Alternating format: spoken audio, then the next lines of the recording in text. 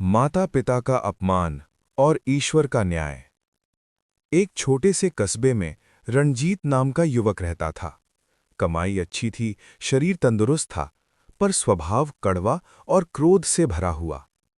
उसकी सबसे बड़ी कमी ये थी कि वो अपने माता पिता से रूखे शब्दों में बात करता और गुस्से में कई बार उन्हें गाली तक दे देता। माता पिता चुप रहते, आंखों में आंसू आ जाते, पर बेटे की भलाई के लिए कुछ कह ना पाते। एक दिन गांव में एक बहुत प्रसिद्ध संत आए। लोग आशीर्वाद लेने पहुंचे। रणजीत भी अपने दोस्तों के साथ वहां पहुंच गया।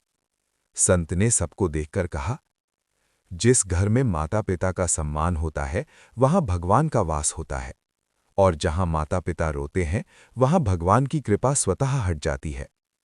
रणजीत ये सुनकर हंस पड़ा, जैसे बात को मजाक समझ रहा हो।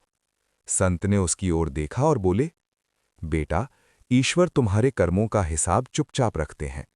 माता पिता को दुख देकर कोई भी मनुष्य भगवान की दया नहीं पा सकता। लेकिन रणजीत पर इसका असर नहीं हुआ। कुछ दिनों बाद अचानक रणजीत के व्यापार में नुकसान होने लगा। जहां वो जाता था, काम बिगड़ जाता। घर में कलह बढ़ने लगी और उसका मन बेचैन रहने लगा। एक रात उसे एक अजीब सपना आया। सपना रणजीत ने देखा कि वो घने अंधेरे जंगल में भटक रहा है। दूर एक तेज प्रकाश दिखाई देता है। वो पास जाता है तो देखता है भगवान खड़े हैं। रणजीत कांप गया। भगवान, मैं यहां कैसे आया? भगवान ने गंभीर स्वर में कहा, तुम उन माता पिता को गाली देते हो जिन्होंने तुम्हें जीवन दिया, प्यार दिया और अपने हिस्से की खुशी तुम्हें दे दी।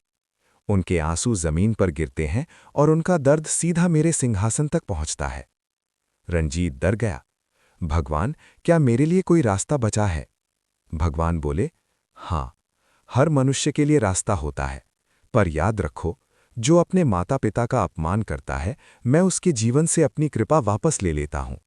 लेकिन जो पश्चाताप करता है और माता पिता का सम्मान करता है, मैं उसके भाग्य को फिर से लिख देता हूं। सपना समाप्त हुआ। सवेरे का चमत्कार। रणजीत जागा तो उसकी आंखें नम थीं। वो तुरंत अपने माता पिता के कमरे में गया।